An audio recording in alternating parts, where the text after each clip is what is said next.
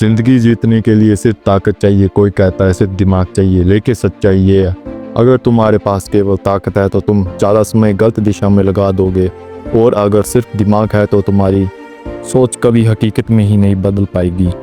मनोविज्ञान कहता है शक्ति वो है जो तुम्हें शुरुआत करने की हिम्मत देती है, और बुद्धि वो है जो तुम्हें सही दिशा में चलाती है।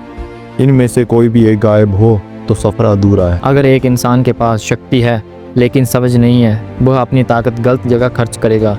लेकिन अगर एक इंसान के पास अपार बुद्धि है लेकिन शक्ति नहीं है, वो पूरी ज़िंदगी सोचता ही रह जाएगा बिना कुछ किए। असल खेल तब बदलता है जब बुद्धि और शक्ति का मेल होता है।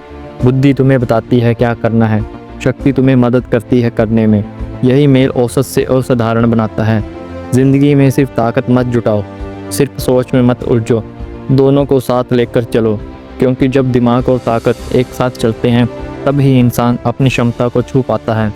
इसी से जुड़ी एक लाइफ लेसन वाली छोटी सी प्रेरणादायक कहानी सुनाता हूँ।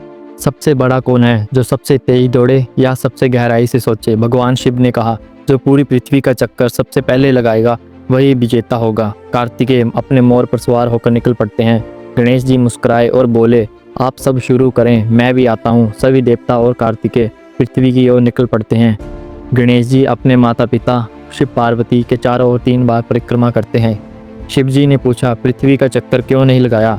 गणेश जी बोले, मेरे लिए मेरे माता पिता ही मेरी पूरी दुनिया है। तब कार्तिकेय लौटते हैं। उन्होंने कहा, गति महत्वपूर्ण है लेकिन सही सोच ही असली जीत दिलाती है।